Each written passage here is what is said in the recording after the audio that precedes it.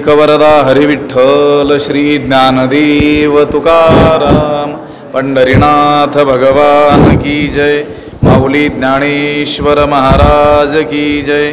जगद्गुरु तुकाराम महाराज की जय। दोन ओवे राहिले ना। जयाची आरतीची भोगीत विषयी तेजिले संत, जया लागी विरक्त वनवासिये। नमामि सद्गुरुं शांतं सच्चिदानंद विग्रहं पूर्ण ब्रह्म परानंद मीशमालंदी वल्लभं।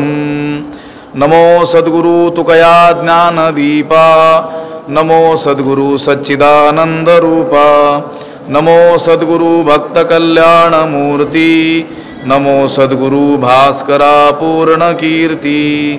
अखंड मंडलाकारं व्याप्तं येन चराचरं तत्पदं दर्शितं येन तस्मै श्री गुरवे नमः। जयांचे किल्य स्मरण होय सकळ विद्यांचे अधिकरण, तेची बंधू श्री चरण श्री गुरूंचे ते नमस्कारोनी आता।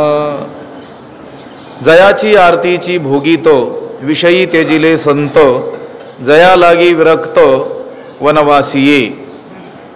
ग्रंथराज ज्ञानेश्वरीच्या दुसऱ्या अध्यायाचं चिंतन आपण करत आहोत आणि या दुसऱ्या अध्यायातील 170व्या क्रमांकाची ही ओवी आहे। श्लोक क्रमांक 28 त्या श्लोकाचं भाष्य असलेली ही ओवी आहे काही प्रतींमध्ये, आणि काही प्रतींमध्ये 29व्या श्लोकावर दिलेल्या ओव्यांमध्ये ही ओवी येते। 28व्या श्लोकाचं जे भाष्य 8 ओव्यांमध्ये आहे त्यातील 2 ओव्यांचं चिंतन आपलं कालचं शेष राहिलेलं आहे। या ओवीचा अन्वय आणि अर्थ एकदा आपण पाहू। जयाची आरतीची भोगीत विषयी संत तेजिले, जया लागी विरक्त वनवासिये। जयाची आरतीची भोगीत म्हणजे ज्या चैतन्याच्या प्राप्तीची तळमळ संतांच्या ठिकाणी लागलेली असते, त्या संतांना विषय हे सोडून जातात। विषयी तेजिले संत, विषयांकडून संतांना सोडून दिलं जातं। संत विषय त्यागतात असं नाही, त्या विषयांनीच काय केलं, संतांना त्यागलं। जया लागी विरक्त वनवासी, आणि ज्या चैतन्याच्या प्राप्तीसाठी विरक्त विरागी पुरुष वनवासी काय झाले, वनवासी झाले, किंवा जया लागी विरक्त वनवासी म्हणजे ज्याच्या प्राप्तीसाठी लोक विरक्त झाले आणि ते वनवासी झाले। जयाची आरतीची भोगीत, ज्या चैतन्याच्या प्राप्तीची तळमळ ज्या संतांना लागलेली आहे त्या संतांना विषय त्यागून जातात। या ओवीचा काहीचा विचार कालच्या पाठात आपला झालेला आहे, पण वेळ संपलेली असल्यामुळे ह्या 2 ओव्या यांचा विचार होणं शक्य नसल्यामुळं काही विचार आपण उद्याच्या पाठात करू असं आपण म्हटलं होतो। भगवंत अर्जुनाला शोकातून बाहेर काढण्याकरिता जो उपदेश करत आहेत त्या उपदेशाचे काही टप्पे आहेत, काही प्रकार आहेत। 3ऱ्या प्रकारचा हा उपदेश या ठिकाणी भगवंत अर्जुनाला करत आहेत। पहिल्या प्रकारामध्ये शुद्ध आत्मज्ञान सांगितलं। आत्मा हा कसा नित्य शुद्ध बुद्ध मुक्त अखंड असा आहे, जन्म मरण रहित आहे हे सांगितलं। परंतु अर्जुनाला ते काही फारसं पटलेलं दिसलं नसल्यामुळं दुसरा प्रकार भगवंतानं आरंभला आणि सांगितलं, अर्जुना जरी तू आत्म्याला या देहाबरोबरच तो उत्पन्न होतो आणि देहाबरोबरच नष्ट होतो असं मानत असला तरी देखील शोक करणं उचित नाही आहे। कारण जी गोष्ट जन्मते ती मरतच असते। लक्षात आलं, जातसे ध्रुवो मृत्युर्ध्रुवम जन्म मृतस्य च तस्माद अपरिहार्येर्थे अपरिहार्य असलेल्या ज्या गोष्टी तिच्याविषयी शोक करणं उचित नाही. ते काय आपल्या हातात आहे का? मरण थांबवणं, जन्माला येणं हे जर आपल्या हातात असतं आणि तर मग शोक करणं काय झालं असतं, उचित राहिलं असतं. हे थांबवताच येत नाहीत, अटळ आहेत, अपरिहार्य आहेत. म्हणून तू शोक करणं उचित नाही. पुन्हा आणखी खाली उतरून पहिल्या याच्यात शुद्ध आत्मतत्वदृष्टीचा विचार सांगितला. नंतर देहासह आत्मा उत्पन्न होतो आणि देहाबरोबर नष्ट होतो, म्हणजे देहाचा आत्म्याचा असा उभय विचार सांगितला. आणि आता तिसऱ्या वेळेस केवळ देह, आत्मा वगैरे काही गोष्ट आहे ही नाही मानली तरी हरकत नाही. पण हे जे देह आहेत, हे प्राणीमात्रांची जी देह आहेत, शरीर आहेत, ही जन्मापूर्वी होती का? आता व्यक्त दशेला आलेली आहेत, प्रकट आहेत, आकार धारण केलेले आहेत. जन्माच्या पूर्वी ही होती का? नाही. म्हणजे कशी होती? अव्यक्त, अप्रकट, अमूर्त. आता काय झाली? जन्माला आल्यामुळं प्रकट अवस्थेत दिसू लागली, आपल्याला प्रतीतीला यायला लागली. अव्यक्त आदीनी, आधी जन्माच्या आधी हे कसे होते? अव्यक्त. व्यक्त मध्यांनी, मधल्या काळात काय झाले? हे व्यक्त झाले. आणि अव्यक्त निधनानी, आणि मेल्यानंतर हे पुन्हा कसे होणार आहेत? अव्यक्त. पूर्वी अव्यक्त, मध्ये व्यक्त झाले, आता मेल्यानंतर अव्यक्त. म्हणजे जिथून आले होते, जसे होते तसेच आपण होणार आहोत. मग त्याच्यात दुःख करायचं काय कारण आहे? ज्या गावावरून आलो, थांबलो, वारीला आलो आहे ना, दर्शन झालं, थांबलो, ठीक आहे, मुक्कामालाही थांबलो, पुन्हा घरी जायचं, त्याच्यात रडण्याचं काय कारण आहे? तसं अव्यक्तातून आलो आणि मेल्यानंतर पुन्हा अव्यक्तातच जायचंय, मग रडण्याचं कारण काय आहे? म्हणून अव्यक्त निधनान्य व तत्र का परिदेवन, त्याच्याविषयी शोक कसा काय संभवेल, हे जे ह्या श्लोकात सांगितलं त्याचं स्पष्टीकरण करत असताना ज्ञानोबराय हे सांगतात की जयाची आरतीची भोगीत ज्या चैतन्याच्या साक्षात्काराची तळमळ मनात बाळगणारे जे संत आहेत, संत पुरुष, त्या संतांना विषयांनी सोडून दिलेले असते. लक्षात आलं का? संतांना विषयांना सोडण्याची गरज पडत नाही, ते विषयच संतांना काय करतात? सोडून जात असतात. का बरं? काल आपण कारण थोडंसं पाहिलं होतं. व्यावहारिक पातळीवर जरी विचार केला तरी कारण आपल्याला सापडतात. जिथं सन्मान केला जातो तिथंच मनुष्य जातो. पुन्हा पुन्हा कोणत्या ठिकाणी जातो माणूस? सज्जन माणूस बरं का, लक्षात आलं का? सज्जन माणसांचं सांगतोय मी, आहे ना. तुकोबाराय म्हणतात त्याप्रमाणे, तुका म्हणे तया ठाया जा, तुका म्हणे जाया संकोच दर्शने, तया ठाया जाणे अनुचित. आपण गेल्याबरोबर तो तोंड वाकडं करतो, त्या ठिकाणी जाणं योग्य नाही. आणि हा संकेत पाळतात सज्जन माणसं. म्हणून इथं ज्यावेळेस उदाहरणं दिली जातात ना, त्यावेळेस आपण लक्षात ठेवायचं, जे जाणकार आहेत, सज्जन आहेत ते. आता ज्यांना लाजच नाही, अपमान केला तरी पुन्हा तिथं जातात, त्यांचा विचारच मनात आणायचा नाही. आणि आणि त्यांचं उदाहरणही प्रस्तुत करायचं नाही की महाराज तुम्ही तर असं उदाहरण सांगितलं की जिथं मान मिळतो तिथंच लोक जातात, पण अमुक माणूस तर कुठेही जात, त्याचं सांगायचं नाही. इथं लक्षात आलं का? तो अपवाद सुद्धा होऊ शकत नाही. विषय सुज्ञ लोक जे आहेत त्यांचा चाललेला आहे. जिथं सन्मान मिळतो तिथं माणसं जात असतात. मानो ही महताम धनम, श्रेष्ठ जे लोक असतात व्यवहारातले बरं का. आता मी इथं जे आता म्हटलो व्यवहारातले श्रेष्ठ लोक, त्यांच्या दृष्टीनं मान हेच मोठं धन असतं. लक्षात आलं का?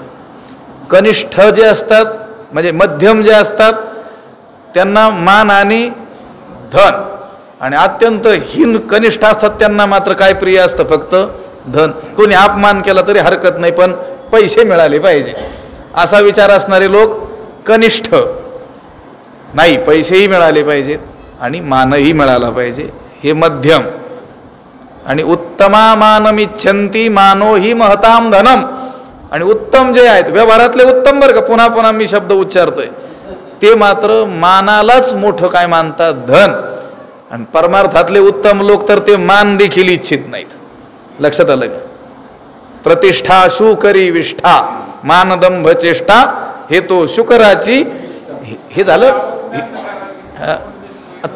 ते परमार्थातले लोक झाले. आपल्याला उदाहरणापुरते कोणते घेतो आपण आत्ता, वारंवार मनुष्य कोण्या ठिकाणी जातो जिथं आपला मान सन्मान होतो, एवढीच गोष्ट मला समजावून सांगायची असल्यामुळं व्यवहारातले जे उत्तम माणसं आहेत ते मानाची इच्छा करतात, धनाधिकाची इच्छा करत नाही. जिथं मान मिळतो तिथंच वारंवार जाण्याची प्रवृत्ती. लक्षात आलं का? पण ज्यांच्या घरी गेल्यानंतर त्या विषयांचा मान ठेवल्या जात नाही, उलट त्यांचा अवमानच केला जातो, तिथं ते विषय जातील का? नाही.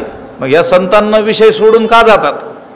विषय हे आपण होऊन त्या संत पुरुषाचा काय करतात? त्याग करतात. का?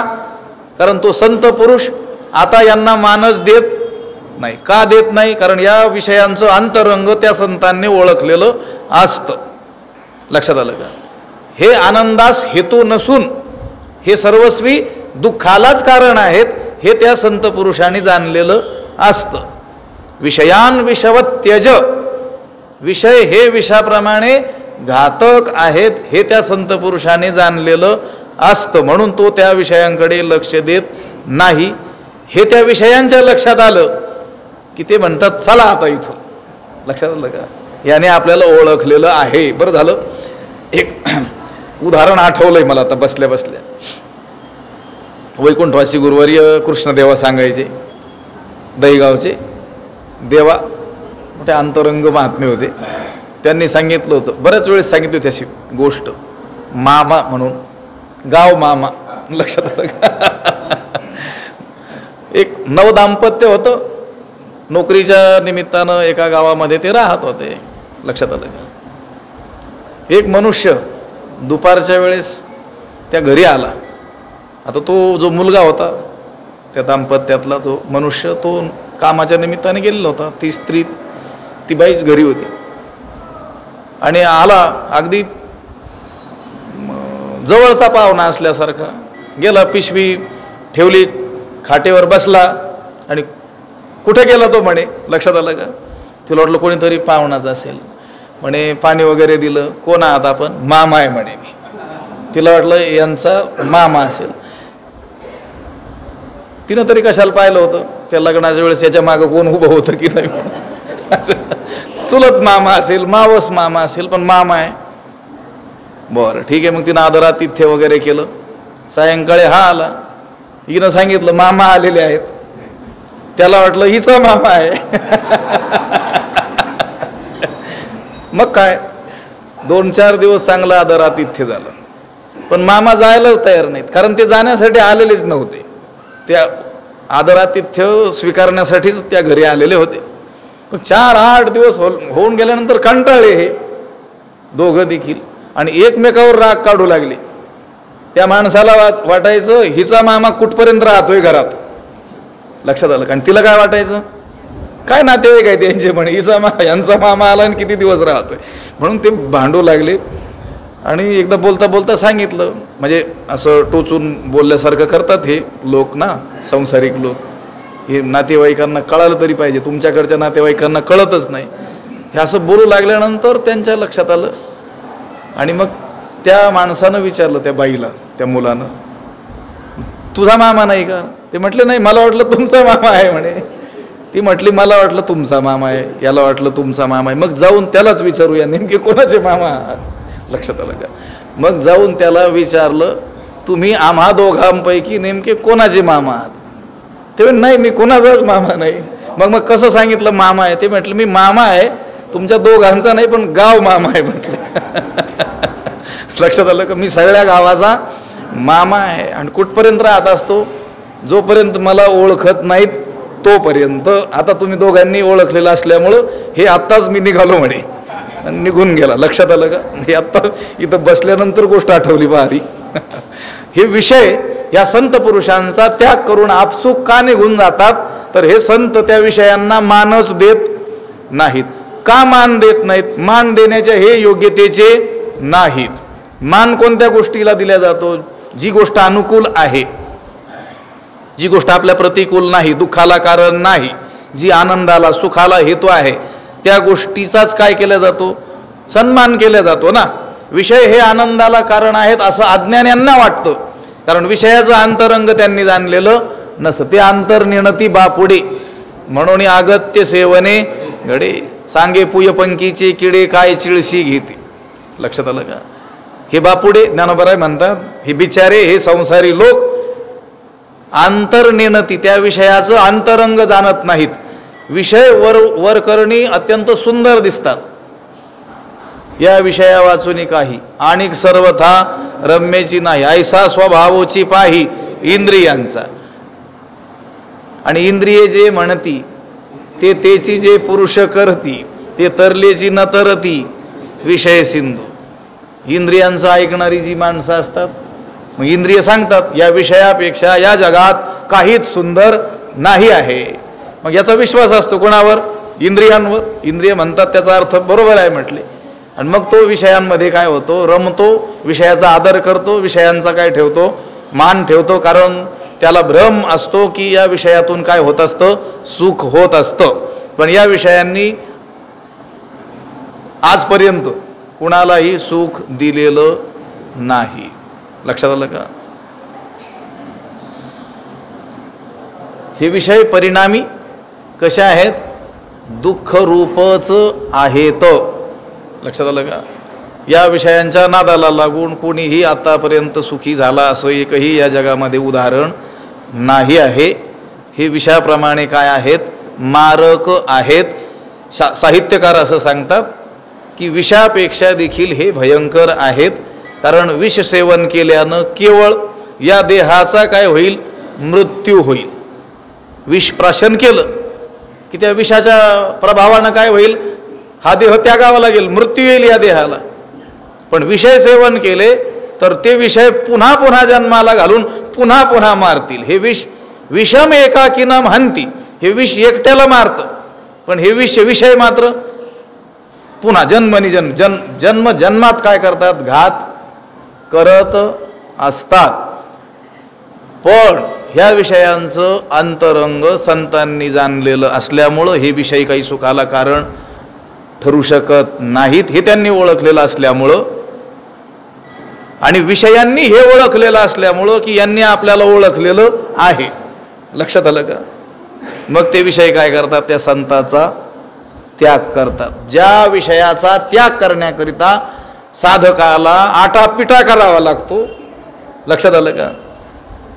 ज्ञानोबरायांनी कितीतरी उदाहरणं यासाठी दिलेली आहेत की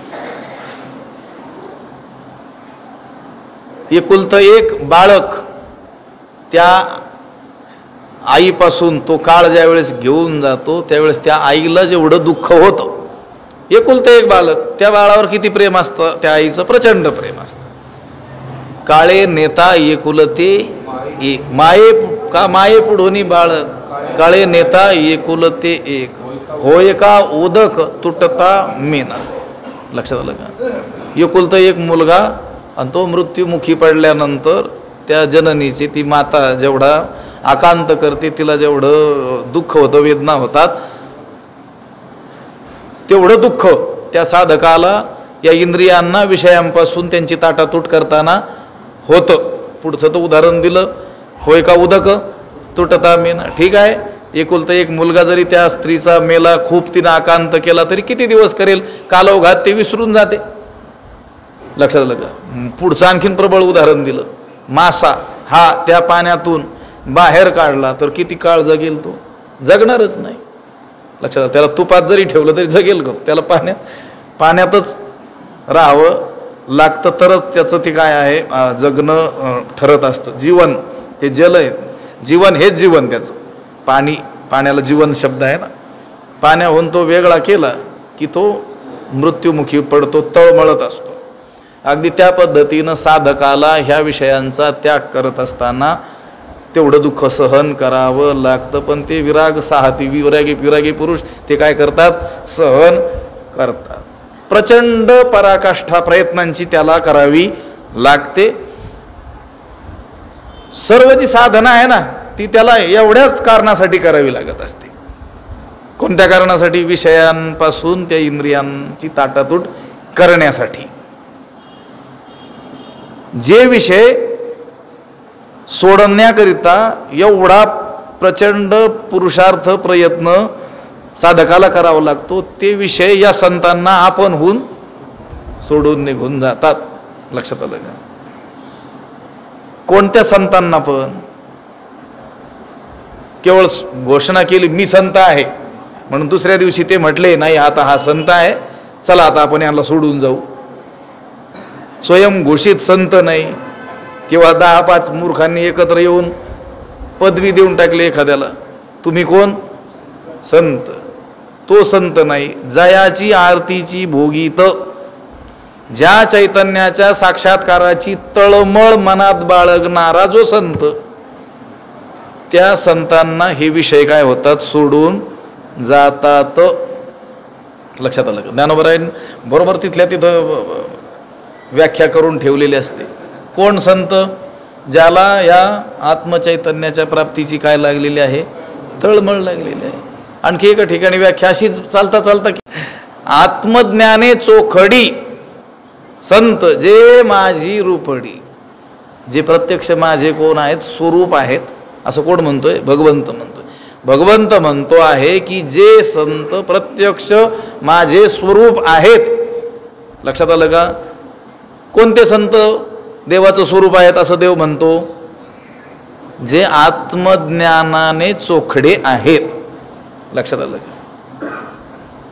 बाकीचे आडनावाच्या संत हे देवाचं रूपडं कसं काय होऊ शकतं? इतकं विचित्र असतं का देवाचं रूपडं? लक्षात आलं का? ज्यांची अजून देहबुद्धीच गेलेली नाही. लक्षात आलं का? विश्व आपल्या यात्रा कराविया यावे. विश्वाची या स्तोत्रा आपण व्हावया पात्रा, विश्व आपल्या यात्रा करावया यावी.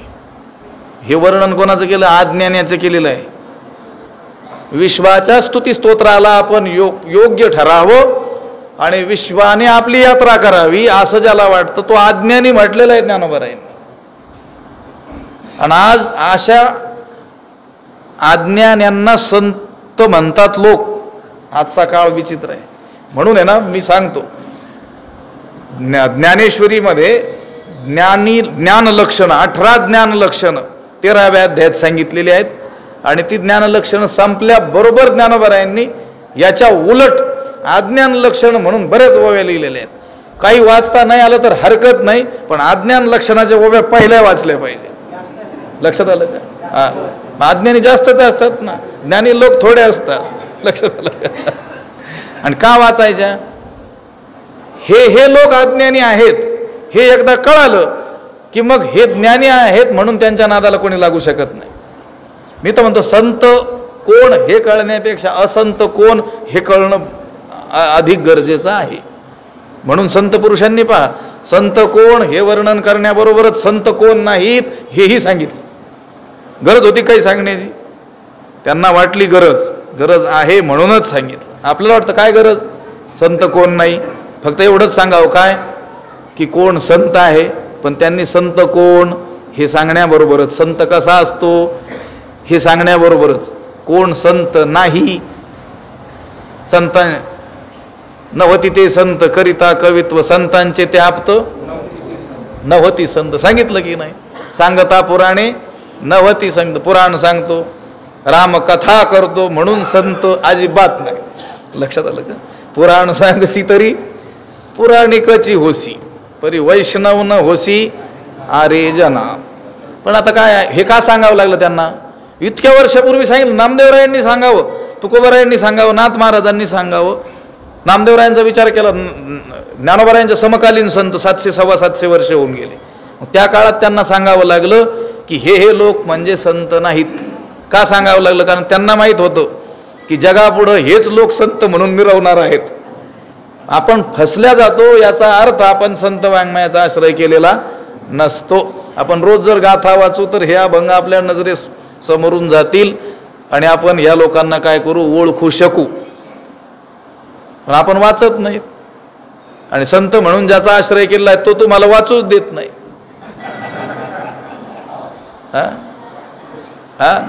त्याला माहित आहे हा जर वाचायला सुरुवात करील तर मी कसा वाचेल.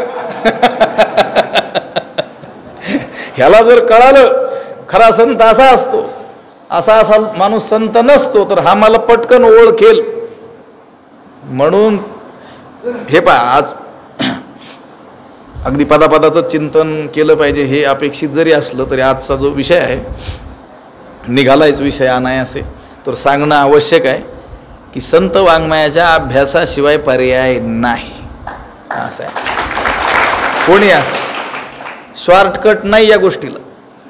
नाही देवापाशी मोक्षाचे गाठोडे, देवाकडे सुद्धा मोक्षाचं गाठोडं नाही की सोडलं अरे बाबा आलास घे, मग देवाकडेच नाही तर ह्या दुसऱ्या लोकांकडे लुंग्या सुंग्यांकडे राहील का? लक्षात आलं का? कोणाच्या आशीर्वादानं कोणी वर हात केल्यानं कल्याण होऊ शकत नाही. आपुली आपण करा सोडवं. तुम्हाला स्वतःला ज्ञानेश्वरी वाचावीच लागेल, गाथा वाचावंच लागेल, त्याचा अर्थ जाणून घ्यावाच लागेल, त्याप्रमाणे वागावंच लागेल, तेव्हा सुख प्राप्त होईल. असं कशाने दुसऱ्या गोष्टीनं सुख प्राप्त होऊच शकत नाही. हा काही शॉर्टकट नाही. आमचे स्वामीजी सांगत असतात, खऱ्या यशाला शॉर्टकट नसतो, तिथपर्यंत तेवढा मार्ग चालून जावं लागतंच. लक्षात, आपल्याला फुकटात मुक्ती हवी आहे. कोणाच्या तरी पाय पडावं आणि त्याने म्हणावं बच्चा तेरा कल्याण हो जाएगा. त्याचं झालं नाही, तुमचं काय डोंबलं करेल. लक्षात आलं? कोण बोललं कधी बघा, गुरुनं शिष्याची परीक्षा करावी हे स्वाभाविक आहे. गुरु करत असतात शिष्याची, पण तुकोबा आहे तर सांगतात त्या शिष्यानं सुद्धा गुरु पारखूनच करावा. मार्गदर्शक म्हणून निवडत असताना बाजारात भाजी घ्यायला गेल्यानंतर 4 वेळेस चौकशी करता. एखादी वस्तू 1000, 2000, 500, 100 रुपयाची घ्यायला गेल्यानंतर 4 दुकानात चौकशी करून आपण घेतो. आणि जीवनाचा मार्गदर्शक म्हणून ज्याचा स्वीकार करायचा आहे त्याची काहीच चौकशी आपण करत नाही. फक्त गर्दी दिसते म्हणून. लक्षात आलं का? ही लोक चाललेत गतानुगतिके लोका न लोक पारमार्थिका. अंधानुकरण, उगीच भीड गर्दी आहे म्हणून तसं अजिबात अनुकरण करायचं नाही. खऱ्या संतांना शरण गेल्याशिवाय पर्याय नाही. आणि खरे संत कोण? आत्मज्ञाने चोखडी, जे आत्मज्ञानी आहेत. लक्षात आलं का? आत्म्याला जाणणारे. आत्मज्ञान म्हणजे आत्म्याचं ज्ञान. लक्षात आलं का? म्हणजे अंतरंगातलं ज्ञान. आणि तुम्ही संत कोणाला मानता? ज्याला कळतं. काय कळतं? बाहेरचं. हे म्हणे बाहेरचं कळतं त्याला. लक्षात आलं का? अहो ज्याला आतलं कळतं तो संत. लक्षात? आत्मज्ञान शब्दाचा अर्थ काय? ज्ञान म्हणजे कळणं, आत्म म्हणजे आतलं. ज्याला आतलं कळतं त्याला म्हणतात संत. सोपी व्याख्या. आणि लोक संत कोणाला मानतात? ते म्हणे लय मोठे साधू, त्यांना बाहेरचं कळतं, मग त्याला बाहेरचंच कळतं, डोंबलं आतलं काहीच कळत नाही. लक्षात आलं का? आत्मज्ञाने चोखडे, आत्मज्ञानानं शुद्ध असलेली जे संत पुरुष आहेत ते माझे काय आहेत? रुपडे आहेत. आणि त्यांच्या ठिकाणी माझी काय पडावी? दृष्टी पडावी. असो, इथं देखील सांगितलं कोणत्या संतांना विषय आपण होऊन त्यागतात?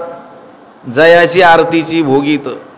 अत्यंत आर्त जो झालेला आहे, परमात्म स्वरूपाच्या साक्षात्काराची तळमळ ज्याला लागलेली आहे, ज्याच्या चित्तामध्ये दुसऱ्या कोणत्याही गोष्टीचं चिंतन नाही आहे, विषय तो त्यांचा झाला. नारायण, लक्ष, नावडे, ते पुढचं बघ, त्याला काहीच आवडत नाही देवाशिवाय. असे जे संत आहेत त्या संत पुरुषांना हे विषय आपण होऊन काय करतात? सोडून जात असतात. आणि जया लागी विरक्त वनवासीये. विरक्त शब्दाचा अर्थ आहे वैराग्य संपन्न पुरुष. विरक्ती ज्याच्या अंगी बांधलेली आहे. कारण गोष्ट अशी आहे की परमार्थामध्ये वैराग्य हे मूळ मानलेलं आहे. लक्षात आलं? वैराग्य वाचून तो परमार्थ काय आहे? विरक्ती वाचून काही ज्ञानाशी तगणेची नाही. ज्ञान टिकाऊ धरू शकत नाही. लक्षात आलं? ते ज्ञान तकला दूध ज्ञान. कोणतं? वैराग्य वाचून असलेलं. मुखी बोले ब्रह्मज्ञान, मनी, धन आणि मान, ऐशियाची करिता सेवा, काय सुख होय जीवा. तुकोबा अत्यंत स्पष्ट बोलत असतात. अशा लोकांची सेवा करून तुमच्या जीवाला काय डोंबल्याचं सुख होईल का? कोणत्या लोकांची? जे मुखानं काय करतात, बोलताना ब्रह्मज्ञान बोलतात, ब्रह्म सत्यम जगन मिथ्या, जीव ब्रह्मैव ना परा, हे सगळं मिथ्या आहे. लक्षात आलं का? गमतीन सांगतात, जुनी लोक सांगायची. हे प्रवचन वगैरे करताना, व्याख्यान करताना ते सांगतात, हे सब माया ही है, हे सब मिथ्या ही है. मग ते श्रोते विचारतात, हे सगळं मिथ्या आहे तर मग याचं काय करायचं? मुझे दे दो.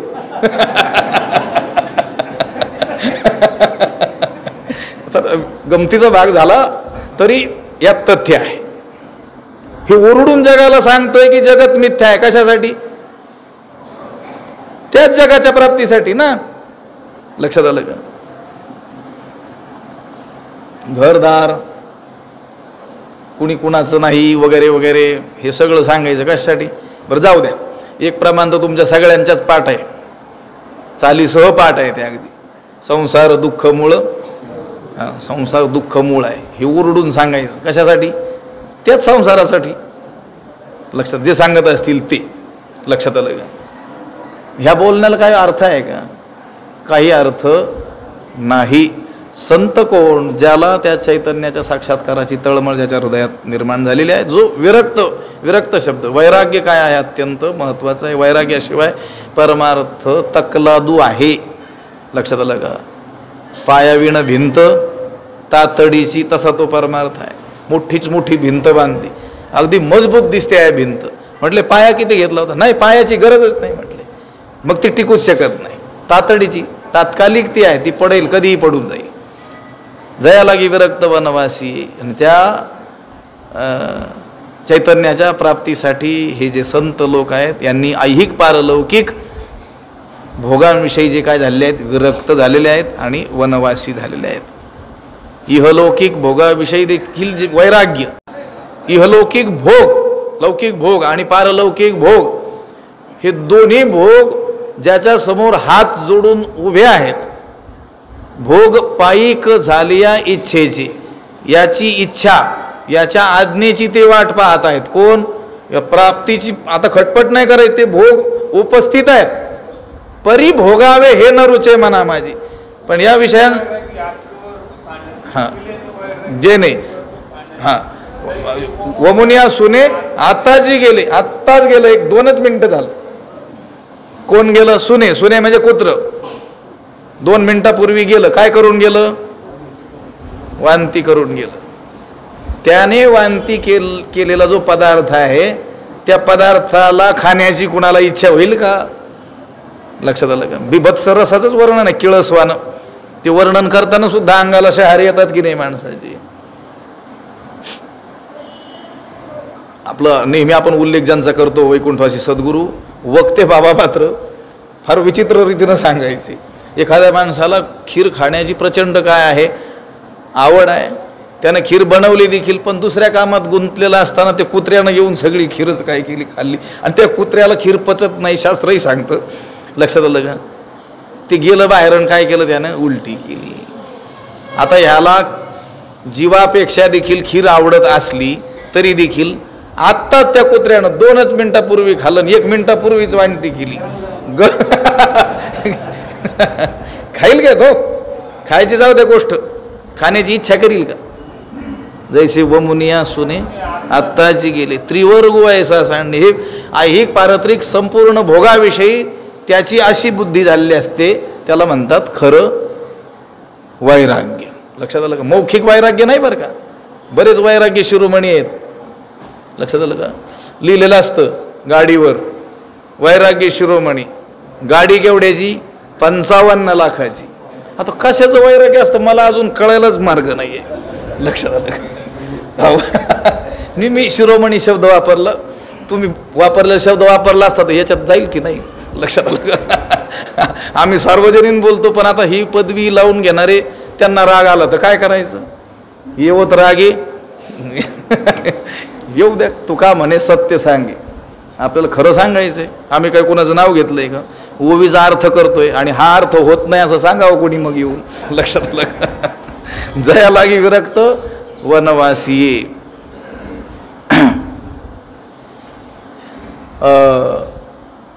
निळोबारायांचे मोठमोठे अभंग आहेत विरहिणी.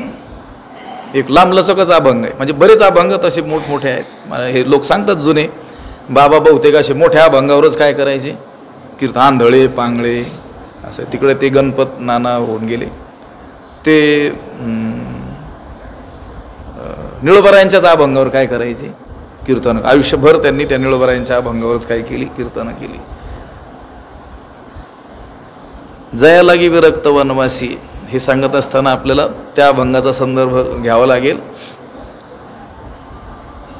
विषयांचे त्याग, लक्षात आलं का? सुरुवात मला आठवली तर सांगा, लक्षात आलं का?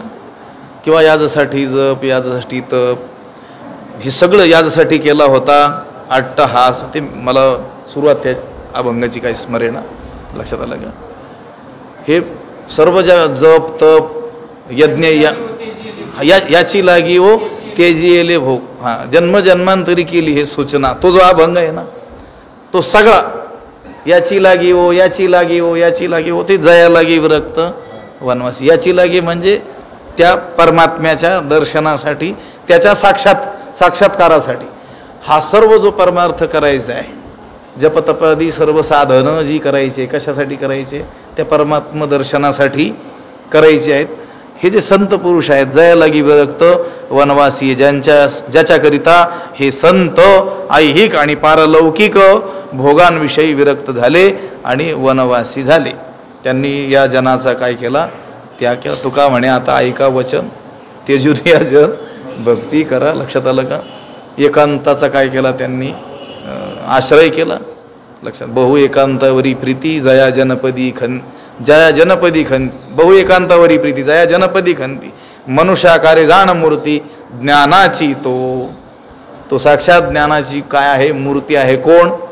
ज्याची प्रीती, ज्याचं प्रेम कशावर आहे, एकांतावर. किती प्रेम आहे, बहु. एकांतावरी बहु प्रीती, त्याला एकांतात राहावं वाटतं. जया जनपदी खंती, लोकात जाण्याविषयी खंत ज्याच्या अंतकरणात आहे आणि त्याच्याच उलट ओवी केली. जया गजबजेचे कौतुक. लक्षात आलं का? गजबज असली की त्याला खूपच, गर्दी नसली की अजिबातच करमत नाही त्याला. लक्षात आलं का? गर्दी पाहिजे, थोडी कमी झाली तरी दुःखच. कुठं गेले काय लोक, लक्षात आलं का? ही सतत भीतीच आहे की नाही? आता ती लौकिकातील लोकांना असावी, साहजिक आहे. कुणाला? हे जे नेते मंडळी वगैरे मंडळी असतात, त्यांना माणसांची सवय असते. माणसं नसली की त्यांना करमत नाही. ठीक आहे, त्यांच्यापुरता तो विषय योग्यही आहे, कारण ते जे झालेले असतात ते लौकिकासाठीच झालेले असतात. पण साधूला सुद्धा करमू नये म्हटल्यानंतर गडबडच आहे. हे अज्ञानाचं लक्षण सांगितलेलं आहे बरं का. जया गजबजेचे कौतुक आणि जया जनपदी खंती, ते ज्ञानाचं लक्षण सांगितलेलं आहे. जया लागी विरक्त वनवासी दिठी सुनी जयाते ब्रह्मचर्यादी व्रते मुनीश्वर तपाते आचरताती. जयाते दिठी सुनी मुनीश्वर ब्रह्मचर्यादी व्रते तपाते आचरताती. आणि त्याच्यावर दृष्टी ठेवून मुनीश्वर श्रेष्ठ मुनिजन ब्रह्मचर्यादी व्रते, ब्रह्मचर्य आदी व्रत तपाते आचरती, ब्रह्मचर्यादी व्रतांचं आणि तपाचं काय करतात, आचरण करतात. ह्या दोन्ही ज्या ओव्या आहेत ना, त्याच्यातून आपल्याला दर्शवलेला आहे तो आत्मा, सच्चिदानंद घन जो आत्मा आहे, परमात्मा आहे, त्याच्या प्राप्तीसाठी जयाच्या आरतीची भोगीत विषयी तेजेले संत जया लागी विरक्त वनवासी आहे. आणि दिठी सुनी जयाते, ज्याच्यावर दृष्टी केंद्रित करून मोठमोठे मननशील मुनी काय करतात, ब्रह्मचर्यादी व्रत आणि तप, शारीरिक वाचिक मानसिक या व्रतांचं तपांचं काय करतात, अनुष्ठान करत असतात. दिठी सुनी जयाते. हा जो ही जी उवी आहे ही एक कठोपनिषदामध्ये श्रुती आहे, तिचं भाष्य आहे असं वाटतं. सर्वे वेदा यत्पदमा म्हणंती तपांसी सर्वाणी च यद्वदंती यदिच्छन्तो ब्रह्मचर्यंचरंती तत्ते पदम संग्रहेण ब्रवीमी ओम इति एतत्. आणि तसाच श्लोकही आपल्याला गीतेमध्ये सापडतो. लक्षात आलं का? यदिच्छन्तो ब्रह्मचर्यंचरंती तत्ते पदम संग्रहेण प्रवक्ष्ये, असं तिथं फक्त ते प्रवक्ष्येच घातलंय, बाकीचं काढून. वेदातील जशी तशी श्रुती गीतेमध्ये आणलेली आहे. हा जो कठोपनिषदातला मंत्र मी आपल्याला सांगितला, त्या मंत्राचा अनुवादच जणू काही ज्ञानोबारायांनी या ओवीमध्ये केलेला आहे. दिठी सुनी जयाते ब्रह्मचर्यादी व्रते मुनीश्वर तपाते आचरताती. या ज्या चैतन्याचा हा जो विषय चालू आहे त्याच्या प्राप्तीची साधनं या ओवीमध्ये थोडक्यात सांगितलेली आहेत. हे मुनीश्वर मोठमोठे मननशील मुनी त्या आत्म्याच्या प्राप्तीसाठी काय करतात? ब्रह्मचर्यादी व्रतांचं पालन करतात आणि कायिक वाचिक मानसिक तपाचं काय करतात? अनुष्ठान करत असतात. ब्रह्मचर्य आदी, आदी म्हटलं ना, आदी अनेक, त्यानं हे एकच झालं. त्या देवासाठी ब्रह्मचर्य व्रताचं पालन करणं ही एक गोष्ट झाली, पण आदी शब्दानं आणखी काही गोष्टी आल्या. लक्षात आलं का? ठीक आहे, केवळ ब्रह्मचर्य व्रताचं पालन केलं आणि पुढं काही तप अनुष्ठानच केले नाही तर त्या ब्रह्मचर्य व्रताचा त्याला ब्रह्मचारीच म्हणता येत नाही. तुम्हाला सांगतो आता स्पष्ट, आता बोललेलंच बरं असतंय. ब्रह्मचारी धर्म घोकावी अक्षरे, बस एवढाच विषय घ्या. शास्त्रानं ब्रह्मचारी कुणाला म्हटलेला आहे? परब्रह्मामध्ये जो विचरण करतो ब्रह्मचारी ना. चर म्हणजे चरण करणे, विचरण करणे, आणि त्याच्यात राहणे सतत, त्याचं आचरण करणे. परब्रह्माच्या विचारातच जो सतत राहतो तो कोण? ब्रह्मचारी. तो कधी राहू शकतो? ज्यावेळेस ग्रंथांचं सतत काय करील? अध्ययन करील. म्हणून तर म्हटले ब्रह्मचारी धर्म घोकावी कशाची? पेपरची का कादंबऱ्याची?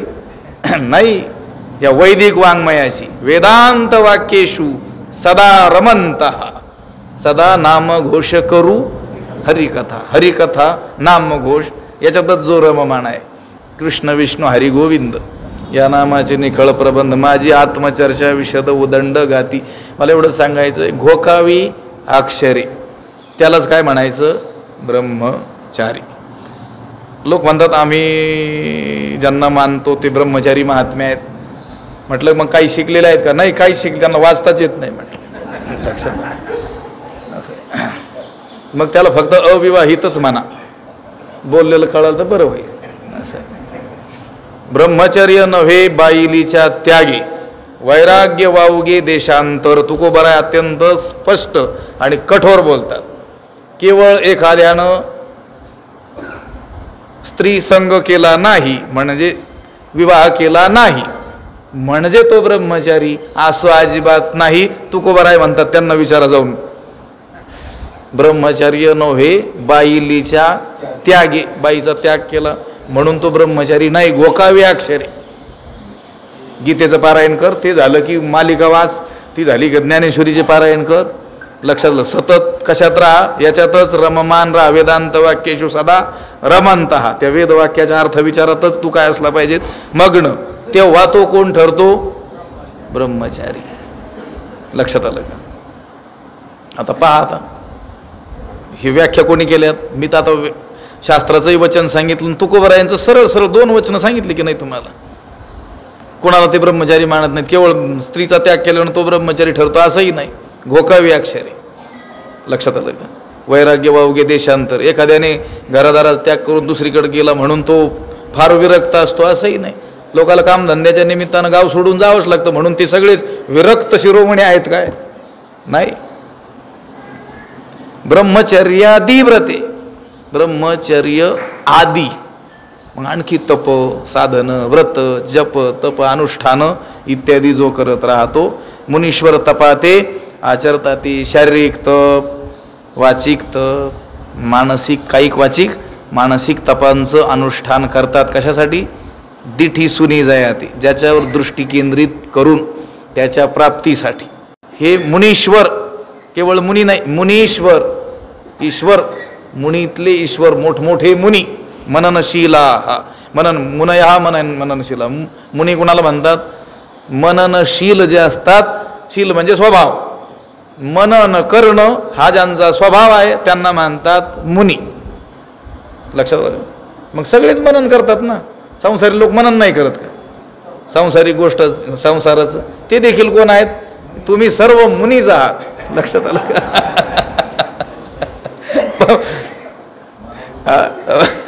आणि महामुनी आहात. लक्षात आलं का? लहानसा नाही. कारण सतत कशात चिंतन, फक्त जे मनन करतात त्याला काय म्हणतात? मुनी.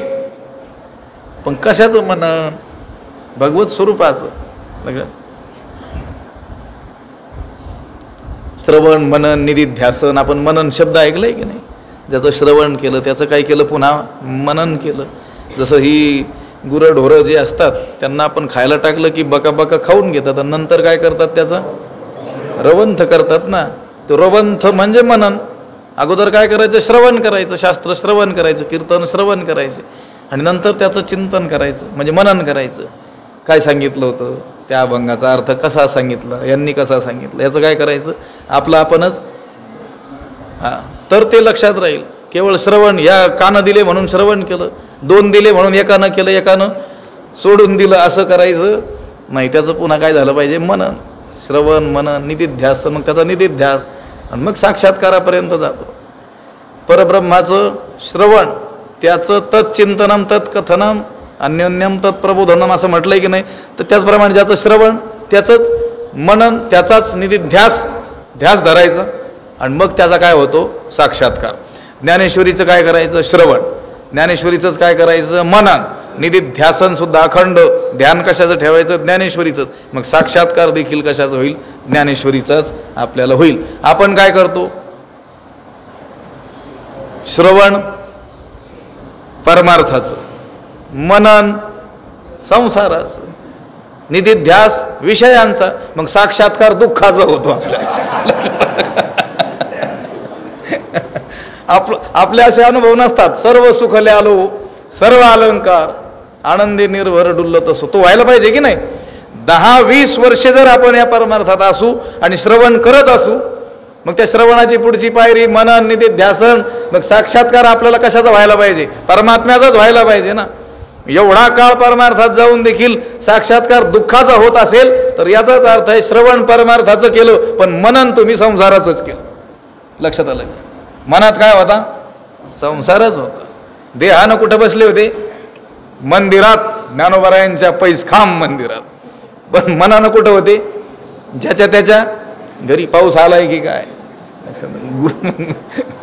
गुरंढोरं बाहेर बांधलीत की काय, असो. मननशील, मनन करणं हा ज्यांचा स्वभाव आहे ते मुनी. आणि त्या मुनीतील श्रेष्ठ लोक काय करतात? या भगवंताच्या प्राप्तीसाठी ब्रह्मचर्य आदी व्रत त्यांचं पालन करतात आणि तपा ते आचरतात. कायिक वाचिक मानसिक तपांचं काय करतात? आचरण करतात.